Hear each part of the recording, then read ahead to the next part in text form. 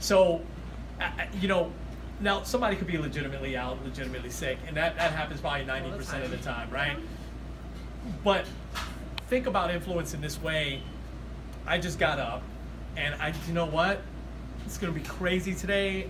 I'm not into it today. I'm gonna call out, Yeah. right? And it's all about me. I'm calling out. But now when you have really good influence over me, I might get up feeling the same way, right? And I'm like, gosh, I'm not into it today, man. But man, Zulie's really counting on me. I really need to be there. I mean, she's only got 5 people without me. She's gonna have 4. Yeah. And you know, she's always been good to me, and I've always listened to her. I can't let her down today, even though I'm not into it. I gotta get there. That all goes back to the impact you had on that person. Yeah, absolutely. And those are things that can happen behind the scenes that you may not ever know about, right? But you can sense that with me. Because I'm probably not going to come and say, you know what, Zulie, I was going to call out today, but I didn't because of you. That probably is not going to happen, right? It might. It might. You know, but most of the time I'm just going to show up and I'm going to do what you asked me to do. And so that's another key, right? When you have folks that you've asked to do certain things and they just don't. I always think that the influence isn't as great. Because you guys have heard me say this, right? We could write people up all day long. Hey, you didn't do this, sign this. Yeah. Right? What good does that actually ultimately do in the long term, right? It doesn't do anything long term. Yeah. And influence comes along hand in hand with respect also. If they have like the utmost respect for you, then that influence doesn't even come into question anymore because of the fact of the matter that they respect you and what it is that you're trying to do, and they have that goal together with you and they're trying to move forward with you. So absolutely. Respect, info, all of it just ties right in, right?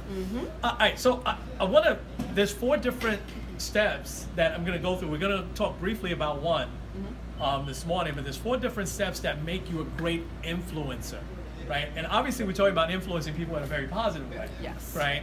So this might sound like it came out of left field a little bit, but Zulie, did you ever model? You did?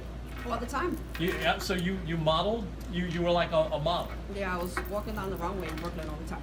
Walking down the runway in Brooklyn? Yeah. Okay. It's a fashion show all the time in Brooklyn, you know. It's gotta be... I think that's awesome. All right, well, that's true. You are on stage all the time in Brooklyn. Yes. So now ask me the same thing. Have you ever modeled? Yes. I actually was in a fashion show, believe it or not, because I used to be really skinny. Back in high school, I was in a fashion show. That was my first and only time. And so let me tell you what happened.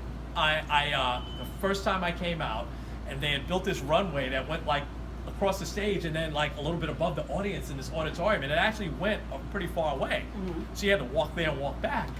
And I had this really nice suit on. Now, I'm not stereotyping, but I'm from the Bronx. And back then in the Bronx, we walked a certain way, man. Yeah. So I went out and I was bopping, man, across the stage, and I got booed. As popular as I was in high school, people like, Kenny, really?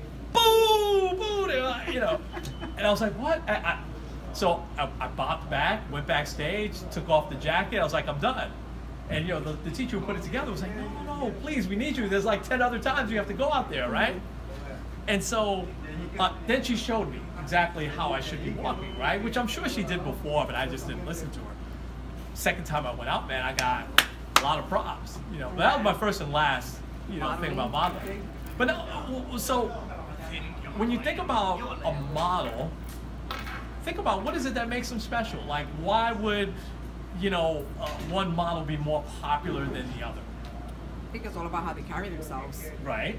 A pretty face is a pretty face. Right. But if you're a pretty face with a disgusting attitude and a horrible persona where nobody can get along with you, no one can talk to you, you think you're better than everyone, you're just another pretty face. Versus someone who has a pretty face, easy to talk to, very friendly, easy to talk, you know, get along with. Obviously, you're gonna have more people gravitating towards that energy versus the negativity. You nailed it. Absolutely. And so, guys, if you haven't figured this out yet, the first step to being a great influencer is you have to model the way that you want your people to act and behave. Yeah. And Zuli nailed it. It's one of the reasons why I've always liked Tyra Banks. She just seems like, and we don't know celebrities, right? She just seems like a very nice lady. She seems like she has a big personality. And at one time, she was probably the most highly paid model, right? Yes, And she's very much really made a great career and everything like that. But if she sets a great example on the modeling show that she has, she'll go out and show, and she'll show, hey, this is how you should walk. This is how your expression should be. It's the same as leaders. If you're not modeling that way 100% of the time, none of us are going to be perfect, right? We're all going to lose our cool here and there. We're all going to say something that we wish we could take back, you know. But for the most part, if you set that great example day in and day out, your people will start to have that influence, and they'll start to say, that's who I want to be like.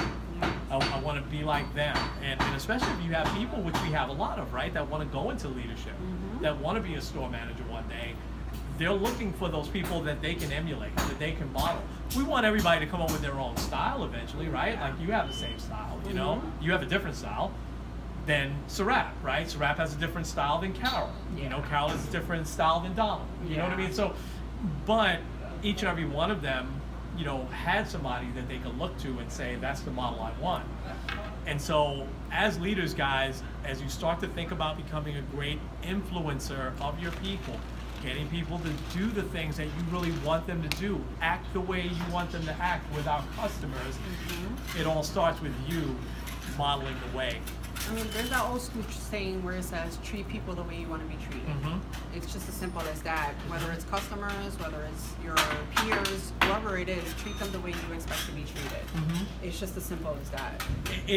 A lot of this sounds so simple, you know, but it just, it really all ties together. So we're gonna wrap it up now.